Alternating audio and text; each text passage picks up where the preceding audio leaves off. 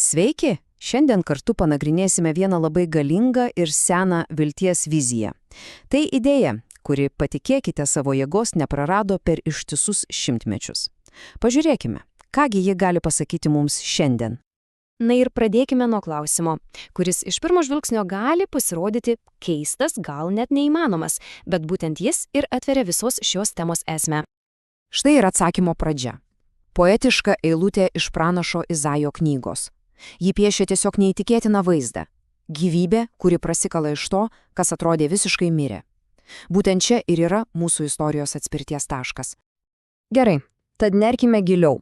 Ką iš tiesų reiškia ši kelmo metafora? Kad suprastume visą jos svorį, turime nusikelti į jos istorinį kontekstą.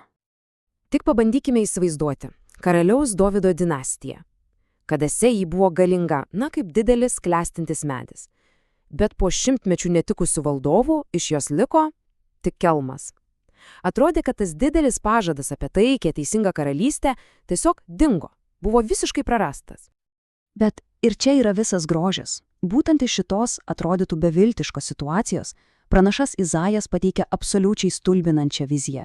Jis pradeda piešti idealaus valdovo portretą. Figūros, kurią vėliau imta vadinti mesiju.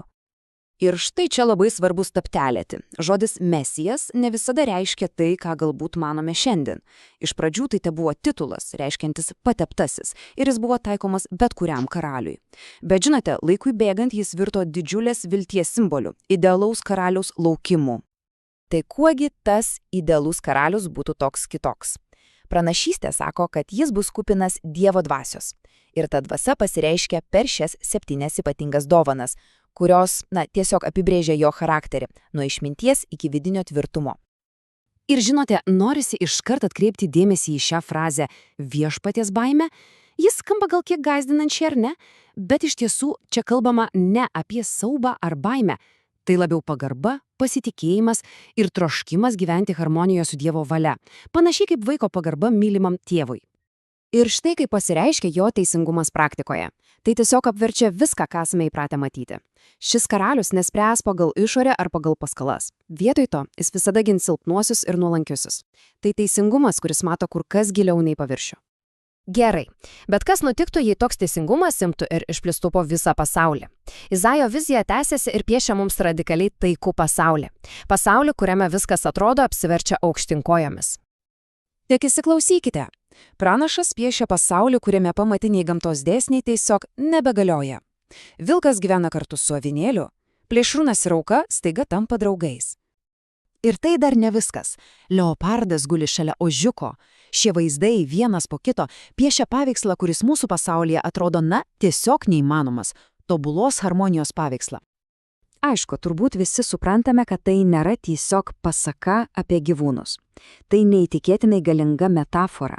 Ji kalba apie pasaulį, kuriame nesantaika ir priešiškumas tarp žmonių išnyksta, užleisdami vietą taikai ir brolybei. Ir kas ko gero svarbiausia, ši neįtikėtina taikos vizija neapsiriboja viena tauta ar viena grupė. Nuo pat pradžių ji buvo skirta absoliučiai visam pasauliui. Ši mintis atsispindi ir kitur. Pavyzdžiui, psalmėse randame maldą, kad per šį karalių būtų palaimintos visos žemės giminės. Tai tik dar kartą patvirtina, kad viltis nuo pat pradžių buvo universali. Puiku, vizija nuostabi, bet kaip tai paversti realybę? Kaip susiskaldę skirtingi žmonės gali gyventi tokioje vienybėje? Su šiuo labai praktiniu klausimu susidūrė ir apaštalas Paulius, rašydamas laišką vienai konfliktuojančiai bendruomeniai Romoje. Ir jo atsakymas, pasirodo, yra stebėtinai paprastas, bet kartu ir be galo radikalus. Priimkite vieni kitus.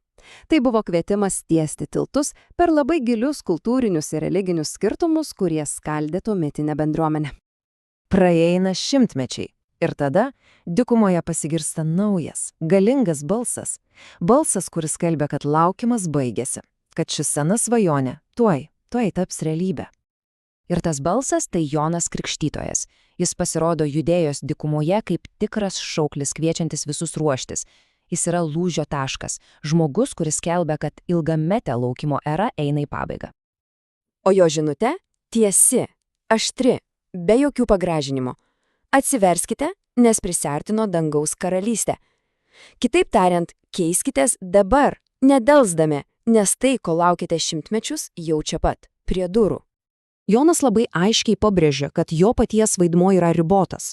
Jo krikštas vandeniu yra tik simbolis, žmogaus apsisprendimo ženklas. Tačiau tas ateinantis krikštas bus kur kas galingesnis. Tai bus dieviškas apsivalymas per šventąją dvasią ir ugnį. Ir tie jo vaizdiniai, jie tokie stiprūs, ar ne? Kirvis prie medžio šaknų, pelų deginimas, bet ir vėl čia kalbama ne apie fizinį sunaikinimą. Jie simbolizuoja vidinį apsivalymą. Tai procesas, kurio metu iš kiekvieno žmogaus yra išdeginama tai, kas netikra ir neteisinga. Ir galiausiai, ratas tarsi apsisuka. Grįžtame prie apaštalo Pauliaus minties. Jis primena, kad visos šios senovinės istorijos, visos pranašystės buvo užrašytos ne šiaip savo. Jos buvo išsaugotos dėl vienos labai svarbios priežasties, kad mes turėtume viltį. Taigi viskas susiveda į tą Jono Krikštytojo kvietimą. Paruoškite kelią. Šis kvietimas atrodo vis dar labai aktualus ir šiandien. Ir tai natūraliai veda prie klausimo, ką kiekvienam iš mūsų reiškia ruošti kelią teisingesniam pasauliui savo gyvenime, čia ir dabar.